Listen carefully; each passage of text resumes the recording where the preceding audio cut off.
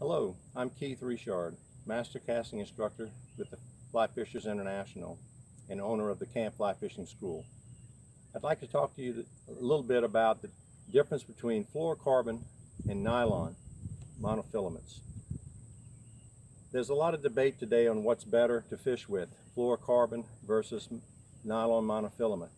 So I'd like to give you some of the pros and cons. Let's talk about nylon monofilaments, for example.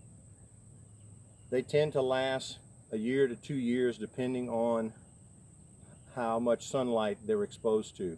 So after a couple of years, you need to change out your monofilament. They're all single strand unless made in a braid, but nylon monofilament is a single strand of monofilament. It does absorb water when it's been fished with for a while. It doesn't tend to be very abrasion resistant unless it's mixed with some other copolymer. Nylon monofilament does tend to float a little better than fluorocarbon. The knot strength is fairly strong depending on the knots you use and how good you are with tying knots. They don't tend to be quite as stiff as fluorocarbon. The cost is considerably cheaper. There are copolymers available with nylon monofilament.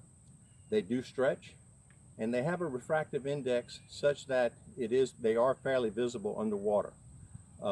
You don't have quite as good a sense of feel when the fish hits your bait. That line tends to not transmit the bite quite as well as with fluorocarbon. And when you stretch nylon monofilament, it does tend to rebound. So let's talk a little bit about fluorocarbon now. Fluorocarbon will last 6, 7, 8 years. So we have to really be conscious of the fact that when you discard fluorocarbon or monofilament, for that matter, pick it up and dispose of it properly. It is a single strand of monofilament, just like nylon monofilament is. By definition, a monofilament is a single strand.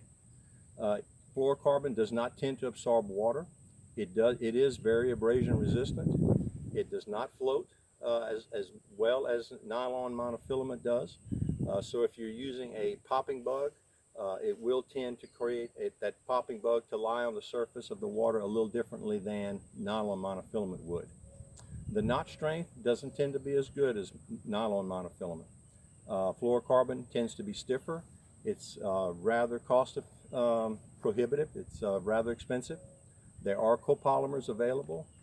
It does slightly tend to stretch, but not near as much as nylon monofilament does. Its refractive index is closer to that of water, so it tends to be invisible in water, although it's not completely invisible.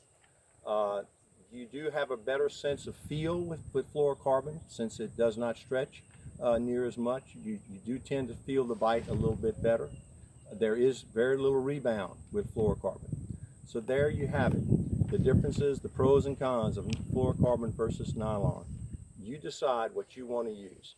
I'm Keith Richard with Fly Fishers International, Master Casting Instructor, in conjunction with A Hero USA, making this video available to you.